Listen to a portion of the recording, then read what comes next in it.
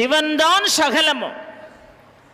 தாயும் தந்தையும் சுற்றி பழத்தை பெற்றுக்கொண்டார் விநாயகர். என்ன பொருள்? தாய் தந்தைக்குள்ளே சகல சராசரங்களும் அடக்கம் என்று பொருள். தாயின் தகப்பனையும் சுத்தினா உலகத்தையே சுத்தின மாதிரி உலகத்தில் இருக்கக்கூடிய எல்லா பொருட்கள், ஊர்வன, நடப்பன, பரப்பன, உயிர் உள்ளது, உயிர் இல்லாதது, ஜடப்பொருள் எல்லாம் இவர்களுக்குள்ளே அடக்கம். நாம் போய் அதை தனித்தனியா பார்க்கணும்னு தாயும் தந்தையும் சுத்தி வந்து டப்புன்னு பழத்தை வாங்கிட்டார் விநாயக பெருமான். அவர் மயில் எடுத்துட்டு உலகம் பூரா போனார்.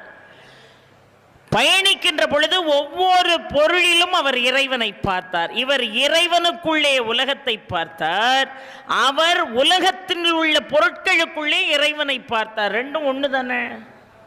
பார்க்கின்ற பொருளிலெல்லாம் இறைவன் இருக்கிறான் என்பதை முருகன் மிக அழகாக சொல்லிக் கொடுக்கிறான். எங்கும் சிவம், எதிலும் சிவம். அதனாலதான் சிவபுராணம்